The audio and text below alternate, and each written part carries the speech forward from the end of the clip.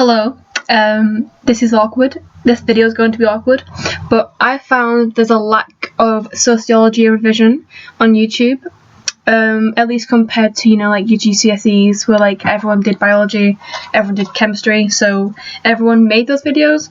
So this is all that I've got. I revised by like talking out loud to myself, and if I make it into video, that kind of makes it sound more normal. But does it? Well, anyway. This video is for Sociology, AQA, Family and Households. It's going to be some possible questions and quick plans. Here's Beaumont. I'm a history nerd. But anyway, my teacher marks for the AQA exam board, and for my mocks she gave us some past exam questions, and basically I typed up some really rough notes, as you'll see, but I find it was really good for, like quizzing yourself, memory recall. I'm recording this on like a free software, and I'm using the mic from my headphones, so it's going to be bad quality, but I'll stay on the slides so you can take a screenshot, write notes, pause, whatever. But yeah, my friend found these useful. I say friend, I have like one friend, and he liked it, so yep, here we go.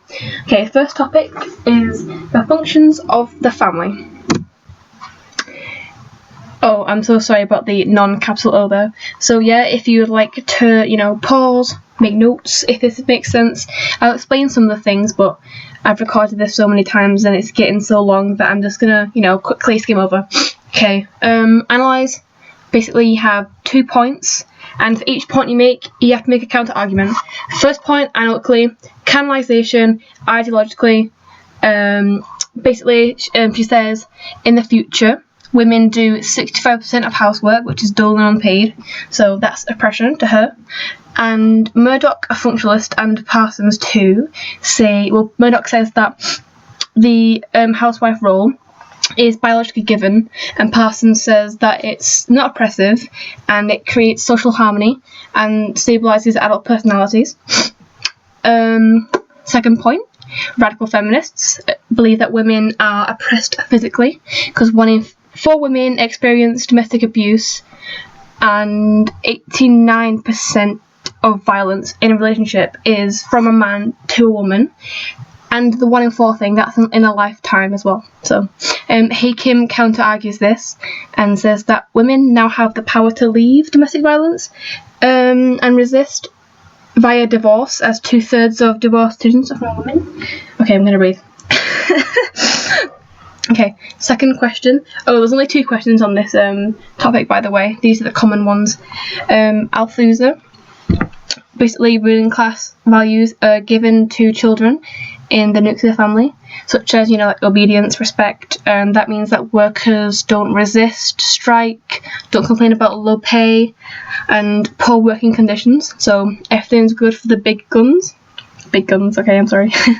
Functionalists say, such as Parsons, call these values mainstream, and he agrees that we're socialising to them, but he believes they benefit everyone, just not the ruling class, because it boosts the economy and workers feel positive about their, work and stuff, and they feel integrated.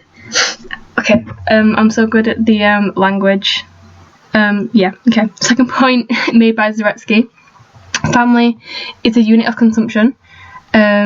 Kids have passed the power, like, oh, mum, buy me this iPhone. If I don't have this iPhone, everyone will, see me as the loser. I'm so good at roleplay, I'm sorry. Okay, basically the kid gets stigmatized, so adults feel like they have to buy the kids things they don't necessarily need, such as like toys, gadgets, clothes, brands. And basically people now go to work to get wages to outsource goods, as the ruling class owns the means of production and they can't make it themselves like they used to in like cottage industries, like pre-industrial. And liberal feminist Anne's back again.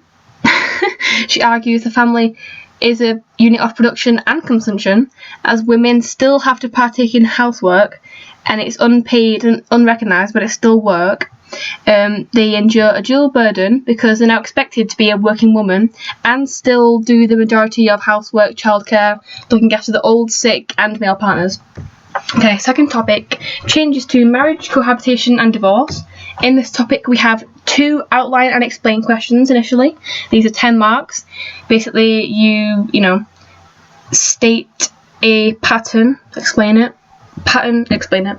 First pattern, decline in first marriage. 15% in 2014 were never married. Because couples are now cohabiting, and children are being born outside of marriage, which has decreased the traditional structure of the nuclear family, because the nuclear family are married parents with biological kids, and those kids have to be born and conceived whilst the parents are married. But cohabiting couples are marrying later on, which makes being poor families, which are long and thin, so no aunts. Okay, I'm from like the northwest, I'm not posh. Aunts, uncles, cousins, siblings, because women are marrying past the age of fertility, and can't have many kids. Second point here is remarriage is increasing. 1/3 of marriages are remarriages, which has led to an increase of recon families, and the definitions there for it.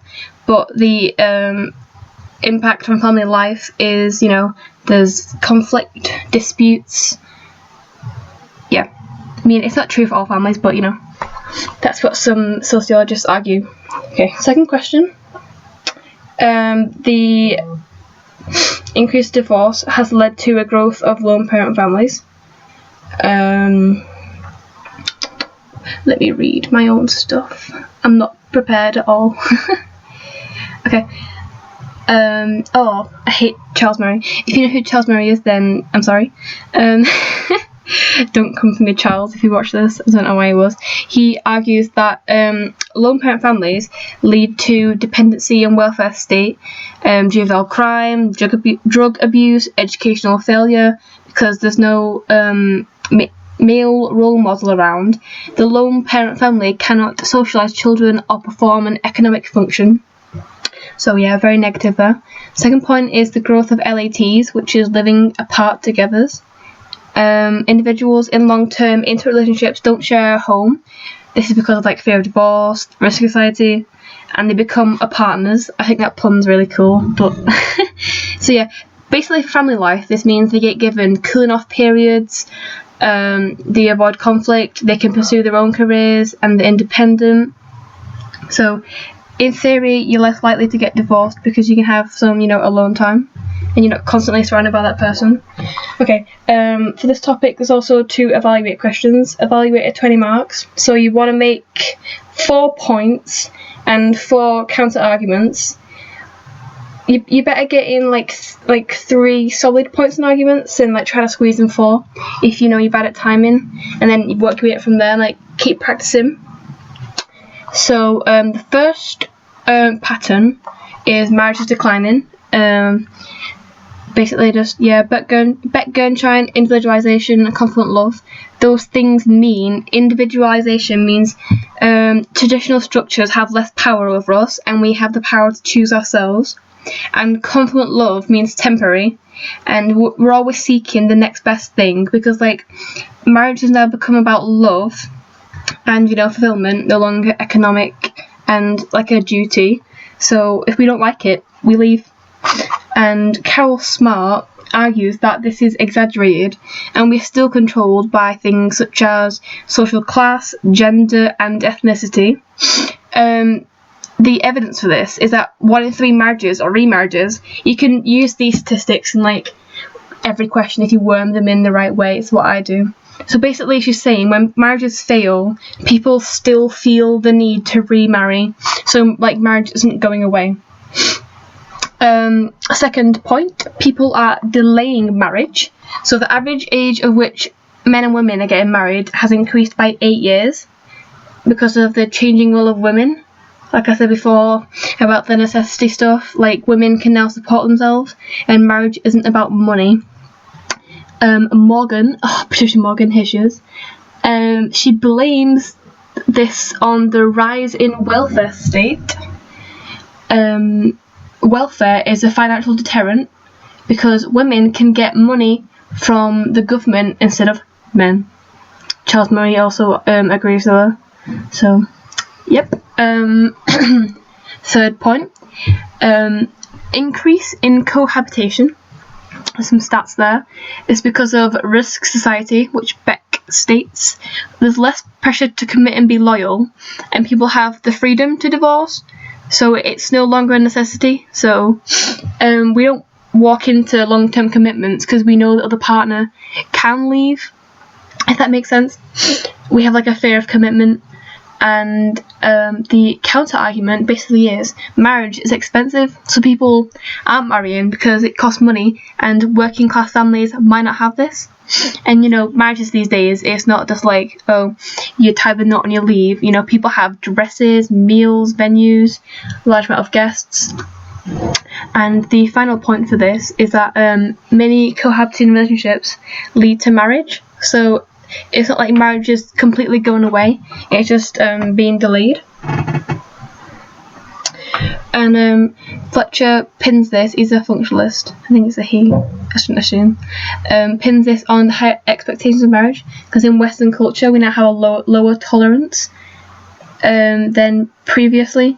Like, women won't settle for just being a housewife. But then the new right blame this on secularization. I can't pronounce that. Basically, there's less religious importance to marry. So hopefully you can't hear that in the background. My dad's running the bath. Did I? Yeah, I did. Okay. Third topic, almost there. Family diversity. So 2 more outline and explain ones. First one, social class. So we want to do about working class families. Basically, poorer people have to rely on the family for economic aid, advice, and childcare. And basically, let me read it. Back in the days, people had, they miners, fishermen, so they all live together doing the same job. But modern now, we now live in modified extended families, so you still live close by, just not in the same house. It helps with bills, childcare, because they can't outsource it. Middle class families, more money, and they need less support. They can financially aid themselves, so they become isolated. They have money to outsource, so they can share conjugal roles, basically house roles, because basically women can buy people to do the housework for them, and the people who they recruit to do the housework are probably going to be working class. So working class women have their own housework to do, and other women's housework to do. Yep, that's that question. Quite a nice small one. And then we have outline and explain 2 ways ethnicity might impact family structure. I quite like this one too. So we talk about Afro-Caribbeans. Basically, they're very individual and relaxed. So there's lots of lone parent families and mixed partnerships. And there's some stats there. I won't read them out because, yeah, it's easier to read because I can't speak. Second point, South Asians. Very high in contrast. They are very, very traditional. Large families, marriage, limited divorce. So, okay. I think we have 2 evaluate questions on the subject. So, diversity decline in nuclear family. I had this for my essay and I didn't really like it, but I got good marks apparently. So, first point, Patricia Morgan, thinks that it's in serious decline. She likes marriage because it's important to society and how it runs. And then once again, you use the argument that benefits have discouraged marriage, and the nuclear family has lost its economic function. Let me counter-argue this by saying it is still the dominant type, because in 2012, 67% of families were headed by married couples, and 100,000 remarriages a year show that people are still marrying and forming recon families, which are basically just nuclear families because the parents are married. Second point, again from the New Right, because they have a lot of opinions about the nuclear family. The nuclear family has apparently seen a decline due to same-sex families, so, lesbians and the gays. The gays. I'm not laughing at the gays, I'm just, you know what I mean. Okay. She was like, oh no, Patricia hates it because they reject Christian values and there's a moral decline. Oh, people are less willing to marry before God. which must mean they are less willing to commit to a nuclear family. But it's something like, I think, very low statistics actually now get married in the church. It's like opposite sex couples. Like, yeah, Patricia, get with it. Me calling out Patricia Morgan. Sorry. So, to counter argue this, we use radical feminist Firestone. Oh, she's so cool. And I think dead. Sorry.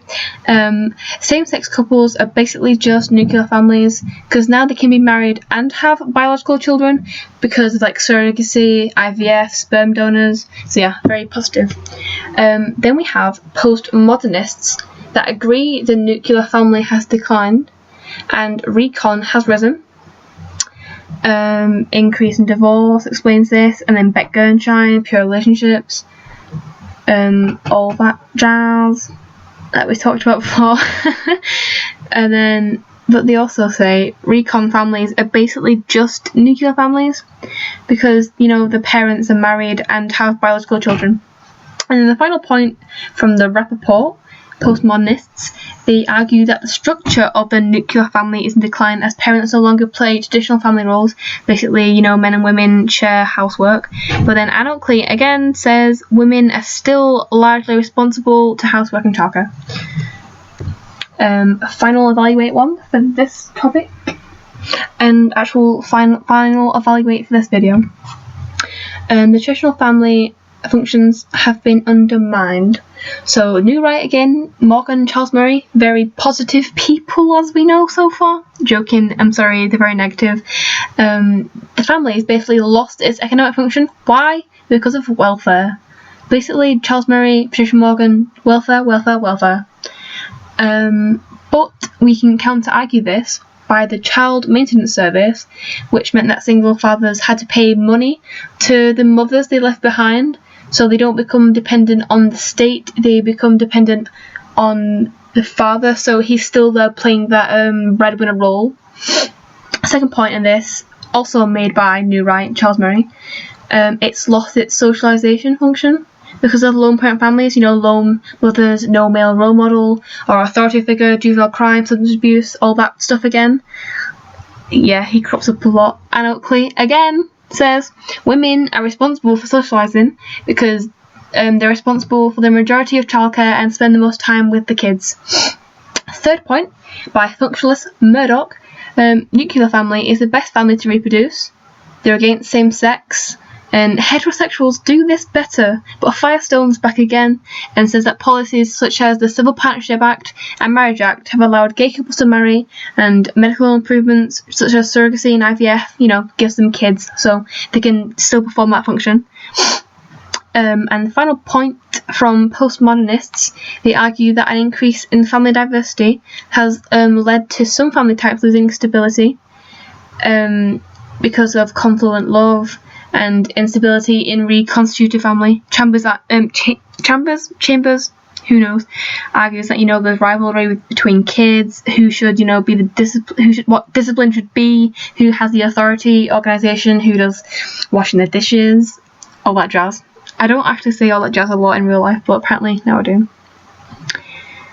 But you can come along and say reconstituted families do produce stability because people no longer have to stay in broken marriages and can divorce and be happy, and kids can see the parents, happier. So that's that one rounded up. And the last topic is family policy, so it's laws and stuff. And these are the only two questions that I have on these, both outline and explain. First one, we talk about Civil Partnership Act. Gay and lesbian couples can now be parents and form families, so that's led to an increase in same-sex, and it's been helped by modern science again, so recurring themes. See, with sociology you can apply a lot of your knowledge to a lot of questions, so it's easier to revise when you break it down like this. And the second policy and law we have is the Matrimonial and Family Proceedings Act, which made divorce easier. Another divorce law you could use for this is the Divorce Reform Act. And basically divorce leads to serial monogamy, recon families, or lone parent families. But either way, family is changing. It's not nuclear. And the final question, outline and explain 2 ways in which family policies have impacted children's lives. I quite like this one. I mean, I don't, because, like, you know what I mean. Penalty notices, as basically if you don't go to school you get fined. It basically encourages kids to go to school, increases opportunity and achievement, but then it also, you know, if the parents are taken away to prison, they could be orphaned if it was a lone parent family and taken into foster care, which arguably could be bad for the child. But another thing is the kid could be like, oh no, I'm sick of you. I don't know who would say this. I'm sick of you watching me. I'm going to be even naughtier and rebel and lower their attendance and in turn achievement. So, and the final point in this question and this video, you've made it, is safeguarding policy. Basically, teachers, doctors, childminders can, you know, look at kids online, you know what I mean, and see if there's any physical abuse, emotional abuse, and report it to social workers and police, and they can get removed from that situation, which is, you know, positive because they're taken away from the abusive environment. But the only negative I can think of, at least, is well, there's 2. Divorce, which could happen, could shift family structure, and we talk about chambers, you know who I'm talking about, I think, and like recon and the problems with that. Or the child might not be old enough to understand why the parents have been taken away and might blame themselves. So yeah, thanks for making it this far. Sorry if it was bad quality, but it's all I've got, and